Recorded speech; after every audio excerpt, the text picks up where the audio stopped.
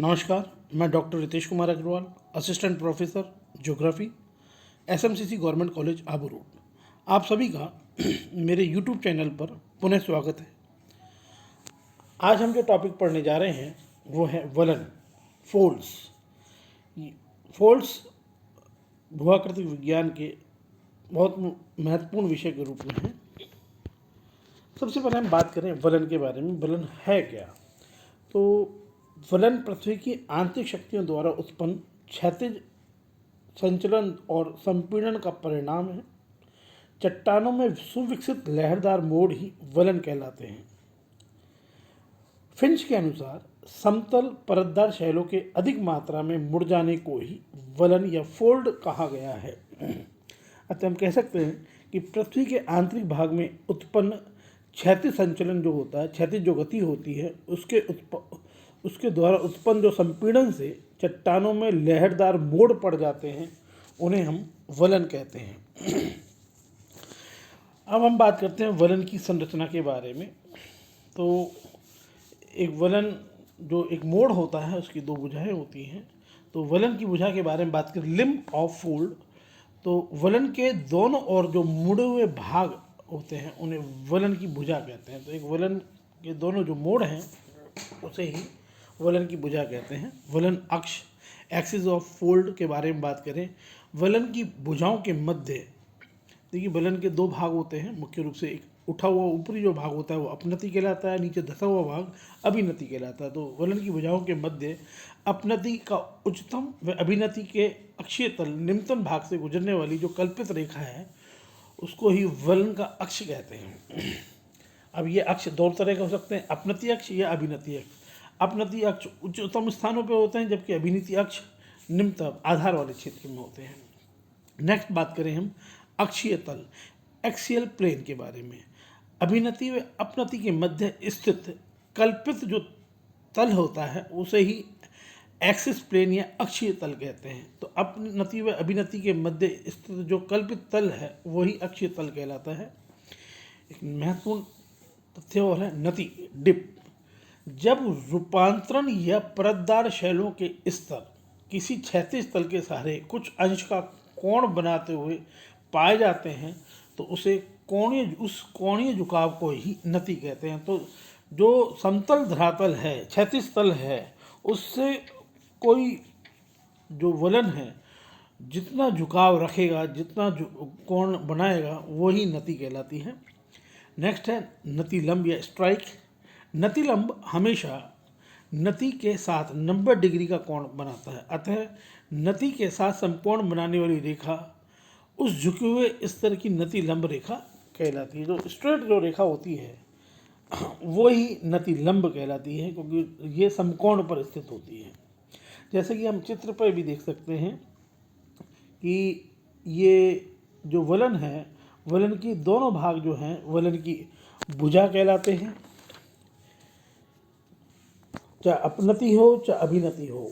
अपनति उठा हुआ भाग है जबकि अभिनति नीचे धंसा हुआ है, उसके दोनों जो पार्श्व हैं ये वलन की भुजा कहलाते हैं। अगर हम वलन के अक्ष की बात करें तो जो इनके मध्य का भाग है, चाहे जो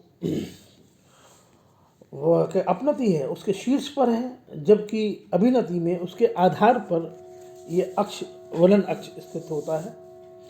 अक्षीय तल के बारे में बात करें, अपनति और अभिनति के बीच का जो तल है वो ही एक्सियल प्लेन कहलाता है, जैसे कि हम चित्र में भी देख सकते हैं इसके अंदर। और अगर हम बात करें नति, तो जो वलन है, जो क्षैतिज धरातल से जो कोण बनाता है वो उसका डिप कहलाता है। और जो क्षैतिज तल से समकोण पर स्थित जो लंब होता है और जिससे नति का कोण नापा जाता है वो 90 डिग्री पर होता है, वही नतिलंब कहलाता है।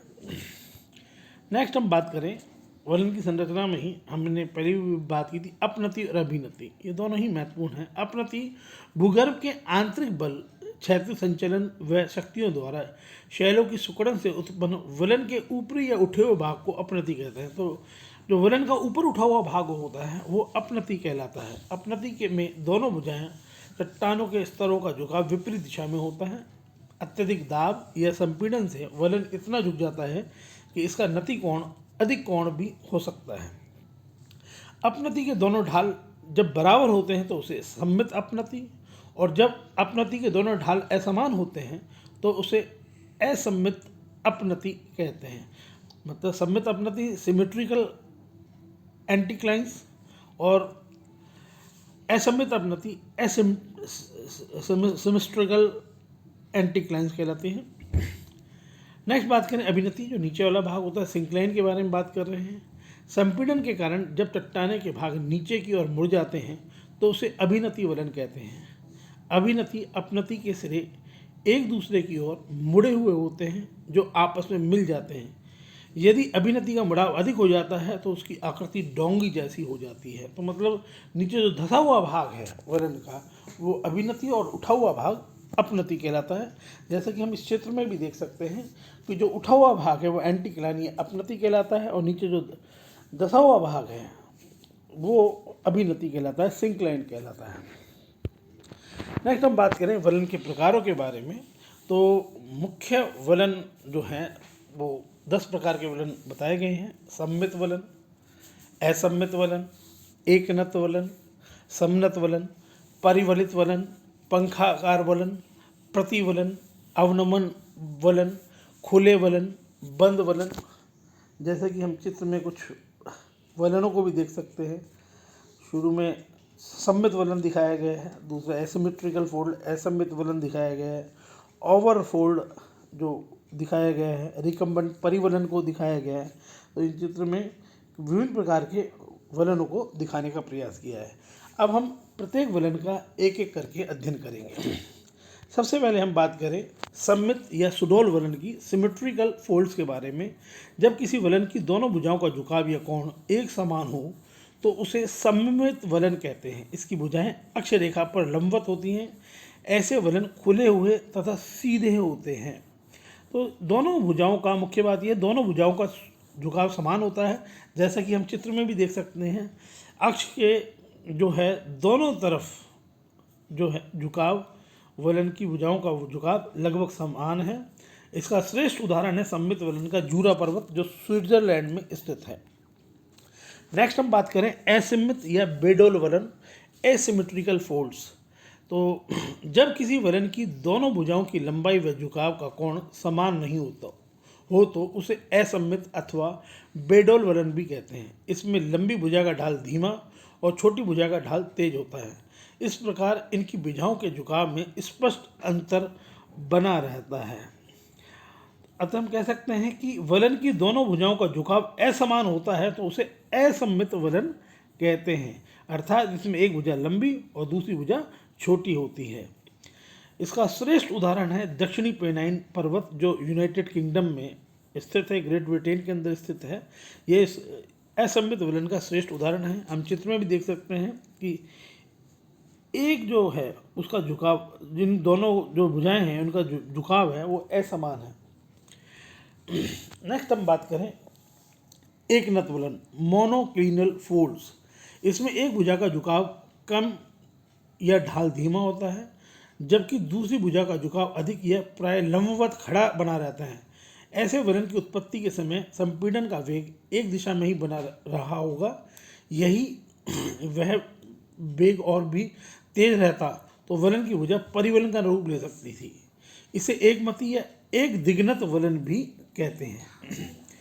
तो जब अगर हम सामान्य भाषा में बात करें तो जब वलन की एक भुजा का ढाल साधारण तथा दूसरी भुजा का झुकाव समकोण पर हो, मतलब दूसरी भुजा पूर्णतः समकोण पर हो, तो उसे हम एक नत या एक दिग्नत वलन या मोनोक्लिनल फोल्ड कहते हैं।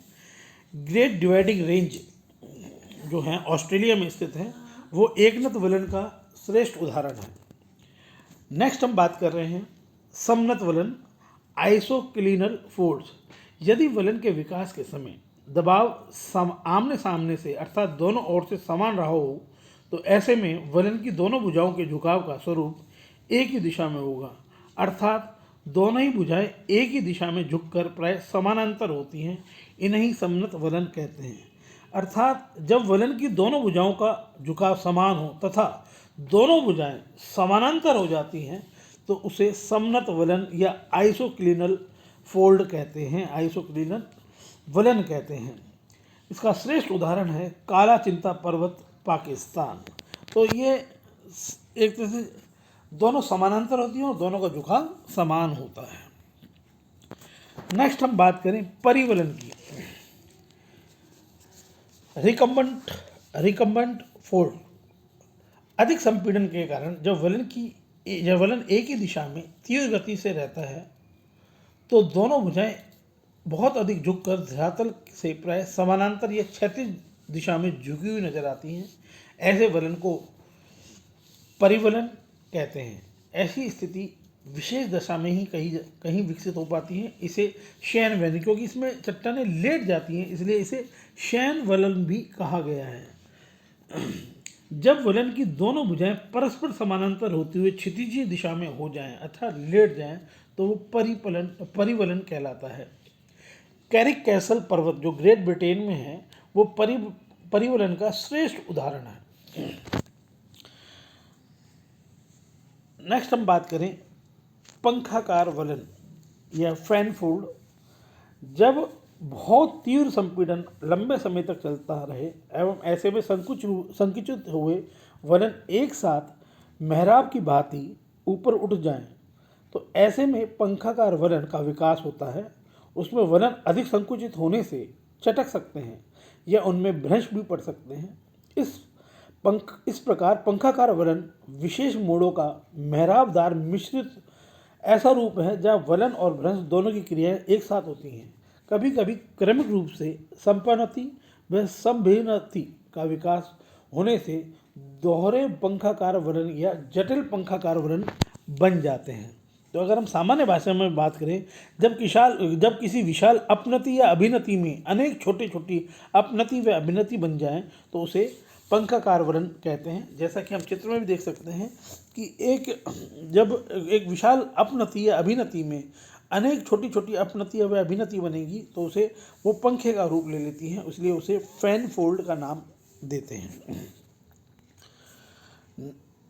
नेक्स्ट बात करें हम खुले वलन ओपन फोल्ड जो है जब वलन अपने समय दोनों भुजाएं के बीच अभिनति तल का कोण 90 डिग्री से अधिक व 180 डिग्री से कम हो तो उसे खुला वलन कहते हैं।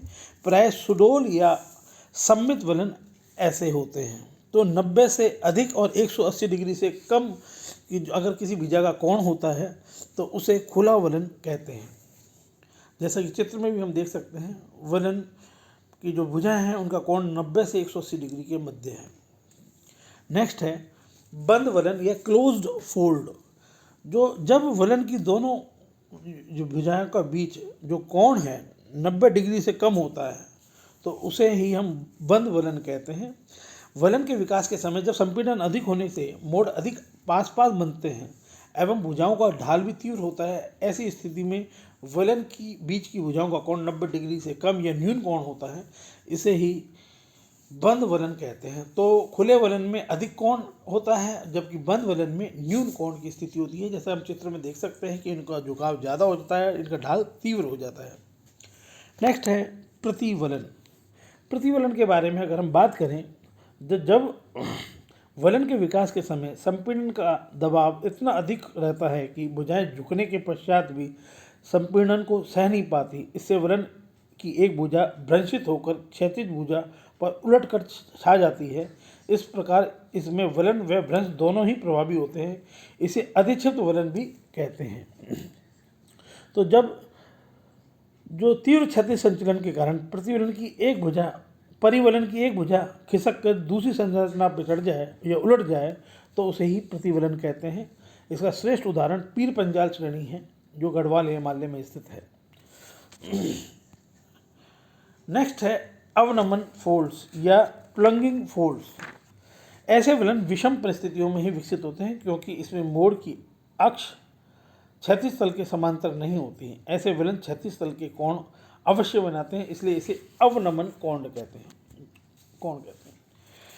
एक विशेष प्रकार और है वलन का जो वलन से संबंधित स्थलाकृति है वो है ग्रीवाखंड या नापे। इसे नापे या ग्रीवाखंड भी कहते हैं। इसका विकास अत्यधिक संपीड़न के साथ साथ विशेष भ्रंश की सम्मिलित क्रिया से होता है। परिवलन में मोड़ की भुजाएं क्षैतिज होकर प्राय समानांतर हो जाती हैं। प्रतिवलन में सीमित भ्रंश से मोड़ एक दूसरे पर छा जाते हैं, किंतु इसमें मोड़ की चट्टानें विपरीत दिशा में परिवलित वलन से भी आगे खिसक कर दूसरे खंड पर फैल जाती हैं। इस प्रकार यह अवस्था प्रतिवलन की अगली अवस्था है। संयुक्त राज्य अमेरिका के कार्डिलेरा पर्वत, स्विस आल्प्स व मध्यवर्ती महाहिमालय में ऐसे गिरिवा खंडों के अनेक उदाहरण पाए जाते हैं। तो परिवलन जो होता है, जब क्षैतिज संचलन के कारण परिवलन की भुजा खिसक कर अन्यत्र दूर चली जाती हैं, तो उस जो भुजा अन्यत्र दूर चले गई उसे ही हम ग्रीवा खंड कहते हैं। जैसे जो कश्मीर घाटी है हमारी, वो ग्रीवा खंड पर ही स्थित है। थैंक यू, धन्यवाद। इसी प्रकार मेरे वीडियोस को देखने के लिए मेरे चैनल को लाइक करें, सब्सक्राइब करें, शेयर करें। धन्यवाद।